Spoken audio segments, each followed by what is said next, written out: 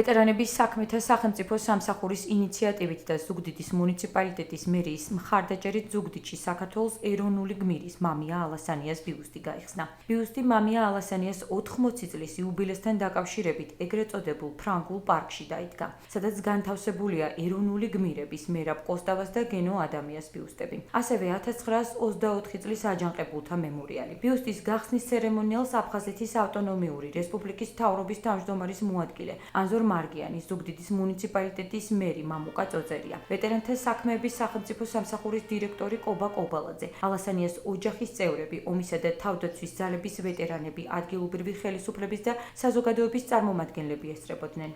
ბედნიერი ვარ იმით, რომ დღეს ბატონი მამია ალასანიას ეროვნული გმირის ბიუსტი გაიხსნა.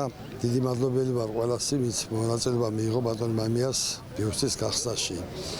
ბატონი მამიას ბიუსტი არა მარტო ზუგდიდში, არამედ თბილისში უნდა იყოს და ყველა ქალაქში უნდა იყოს ჩვენი გმირების ბატონი გორამ გაბისკერიას, თუნდაც შარტავასი, გენო ადამიანსი.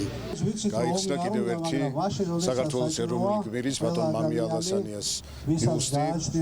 ეს არის ნიშნად უდიდესი მადლიერებისა და პატივისცემისა მისი გმირული თავდადების და ამით გრძელდება ზუგდიდში ტრადიცია და ამ ადგილას მოეწყობა ყველა საქართველოს ეროვნული გმირის ბიუსტი და ეს იქნება ერთგვარი სიმბოლო მადამი უდიდესი პატივისცემისა. მამია ალასანია 1953 წლის 6 მაისს სოფელ ანაკლიაში დაიბადა. დაამთავრა ქალაქ ზუგდიდის ნომერ 1 საშუალო სკოლა. მუშაობდა თბილისში უშიშროების კომიტეტის ცენტრალურ აპარატში, სხვადასხვა ხელმძღვანელ თანამდებობებზე.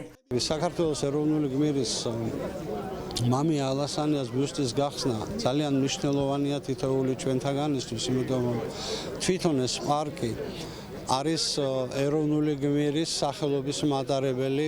ჩვენთვის მეომრებისთვის მნიშვნელოვანი არის ის, რომ ამ ადამიანების სიცოცხლე შეეწირა აფხაზეთს და არ არის დავიწყებული არავის მიერ. ბედნიერი დღეა დღეს არა მარტო ჩემი ოჯახისთვის, არამედ მთელი საქართველოსთვის, იმიტომ რომ ეროვნული გმირების სახელების უკდავყოფა ჩვენი ერის საზრუნავია. დიდი მადლობა მინდა გადაუხადო როგორც ზუგდიდის მუნიციპალიტეტს, მერიას, საკრებულოს, ასევე ვეტერანთა დეპარტამენტს ამის ორგანიზებისთვის და მე მინდა ასევე აღვნიშნო, რომ მამია ალასანიას დაღვრილი სისხლი მინდა გახდეს საფუძველი იმისა, რომ დავიწყოთ ჩვენი ქვეყნის უსისხლოდ გამთლიანება.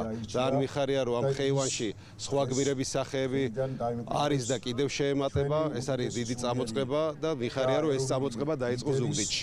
მამია ალასანია 1993 წლის 27 სექტემბერს სოხუმის დაცემის დღეს მოკლეს.